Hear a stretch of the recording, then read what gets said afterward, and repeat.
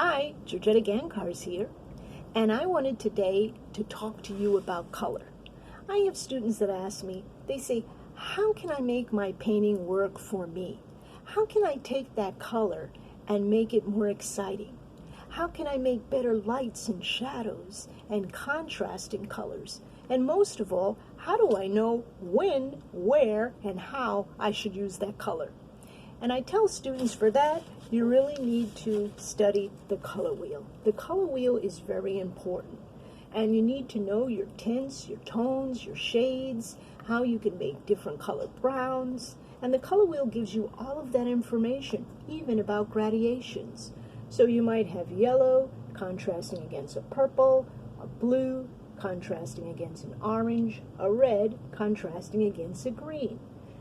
And then you'd have your tints, your tones, and your shades of each of the colors. Once you master that, you really have to do color mixing. And what I've done is I've written a book on that, step by step, the color wheel and all the colors beyond, and how to do that with lots of exercises, plus good tips on materials. And I've also written a book for oils, watercolors, and acrylics, step-by-step painting, beginning, intermediate, to advanced, on color mixing, and exercises that you can do to make your painting more what you want to make it say. Once you do that, and you understand a lot about color, you can start doing exercises. So I teach a class on color mixing, and in color mixing, we do about 500 colors, and we learn all the colors for different shadows, if you're painting in the studio, if you're making a still life, or if you're painting plein air outside. And I have students, sometimes we do these little swatches of color, and to you, you might just say, wait a minute, these are just different colors that you've mixed. But what I did is I started with one color. So this is red and white, and then I added another color to it, yellow. Then I added red, white, yellow, and green. Then red, white, yellow, green, and blue. And we kept adding different colors until we got to this color. So it's the idea of just using one color and adding more colors. And it really works to make your painting cohesive. And these are all the colors that we got for our browns. So we have gray browns, blues, and purples. And they all relate to each other. So I tell students, when you want to learn about color mixing, you have to really study color. And how do you do that? You have to choose first a primary color. And when we're looking at the color wheel, we'll have our yellows, our reds, and our blues as a primary. And when you're choosing the primary color, you'll have your secondary colors like your greens, your violets, and your oranges. But I recommend that what students do is they take a piece of paper and they kind of color it first with their primary or their secondary color. Now, I teach color classes on in-depth color theory, and if you want to take the classes, I teach at Seattle Central College, and you can be anywhere in the world and take that class because I teach it remotely online. Or you can join me in person painting plein air wherever you want all over the world on my painting on location classes.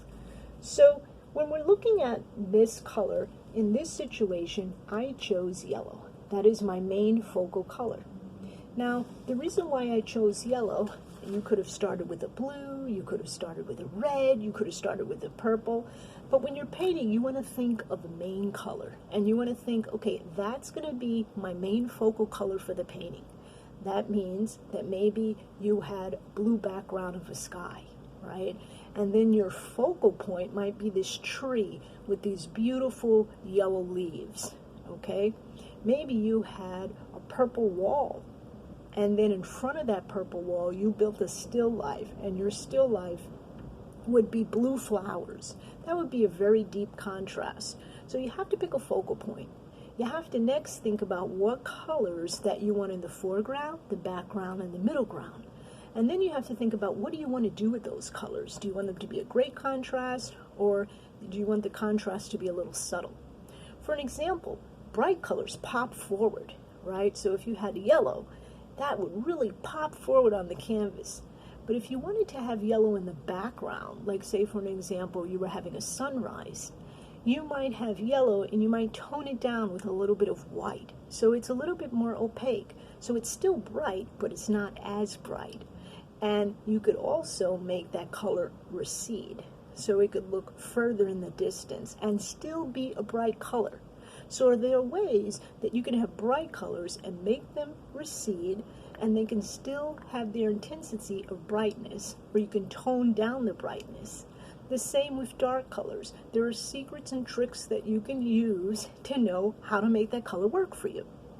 So the first thing before you do that, I recommend students to kind of take a piece of paper and to paint it the main color that they're going to use as their focal point. In this situation, this is going to be yellow. And my greatest contrast here is purple. And I used the color wheel. I had yellow, the opposite, and purple on the other side. Okay? And then what I did is I took two different types of purple.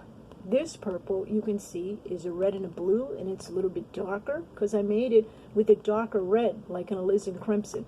This purple has more red in it. As you can see, it does have blue, but against this yellow and against this purple, you can tell that this purple is a lot more redder and this has more blue in it. So this is going to be a very strong contrast.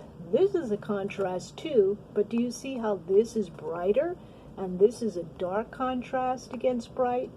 But both of these colors are bright. So you can still have a contrast, but it's a different type of contrast. Then I have this light blue. Then I have an ultramarine blue. You can see how the contrast is strong between here. And then I have a phthalo, very dark green. Now I could have made this green lighter if I added yellow, right? It would be a different type of contrast, but this would work well.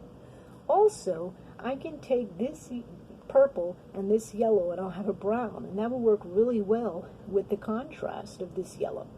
I could also add white to this yellow and make it a light yellow, like a Hansa. And then I could add white to this purple. Or I could add white to all of these colors and white to this yellow. So this would be a light yellow, and these would be much lighter than they are, these colors. And they would still have a contrast, but the contrast would be a little bit more subtle because they would be tints. They would be a color and a white. And you can do that with any of the colors. You can take a background, that's purple. Okay, so we took this purple background, and you see these blues and how the yellow vibrates against it. Here I added white to it. So I added a little bit of my maple red with some white. It's not much of a deep contrast. But if you look at the contrast in this area, it's not much. But if you look at this color and this color, because it's darker here, the way I painted, more paint, you can see the contrast a little bit more. So you can even have a lighter purple and add white to it, and depending on how much white, you can have a contrast there too. You can see these colors vibrating against each other, these reds and these blues. But look at this red against this purple. Not much of a contrast, right? Or as much as a contrast as this blue and this purple, or this yellow and this purple. The other thing that you can do is you can look at this and you can say, I can combine this purple and this yellow and I can make a brown, and that would work in that still life, right? Or you can combine this purple and this yellow and make a brown. You can combine this blue and this yellow and make a green, and that green would be a great contrast to this purple, okay? And here's my last one with blue. And you can see the difference of contrast that I have in here. This purple really is very dark, but it still contrasts with this blue because this blue is more of a tint. It has white in here. But look at how this red really vibrates against this blue. There's a great contrast there. Look at this green that I have. It's not a dark green, right? It's green, white, and yellow. And it vibrates against here. Even though it's a light color, it does work as a contrast. But look how it works against this very dark alizarin crimson. It really pops, okay? And look at this yellow against this blue.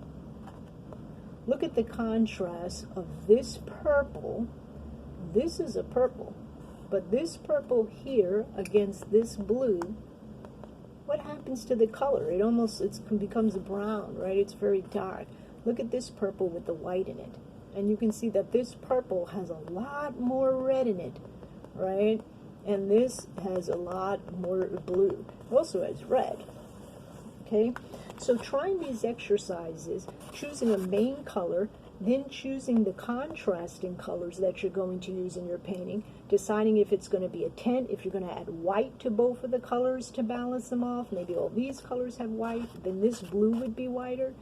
You have to decide, what are you going to do? Is it going to, all the colors going to be tints, tones, shades?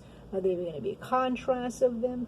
You can build this up first, and then you can decide what colors you want to use in your painting for the greatest of contrast. You don't always have to use all your primary colors against your secondary colors. You could even combine colors. So say for an example, I have this background as my blue sky. These colors would contrast well, but I could also combine this yellow and this purple to make a brown, and that works really good with this blue, right? Or I could have a really bright color in here as a great contrast with this red.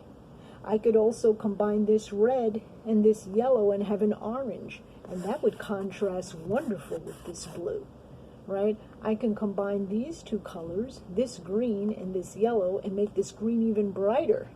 So think about starting off with a main color, doing the contrasting colors on the side, deciding if you want to add white to them. Are they going to be tints? Are you going to add gray to them? Are they going to be tones? Are you going to add black to them? Are they going to be shades? What does the combination of colors make? For example, this was another exercise that we had where I started with red and green, and this was a brown. Then we had red, green, and white. Then we had red, green, white, and yellow. Then red, green, white, yellow, and white. And we kept doing this until we had all of these beautiful colors that work together for a landscape for shades. So try exercises. If you want, take my class online. I'd love to see you. Or you can travel with me to any 6 continents that you want to go to and paint plein air. So comment below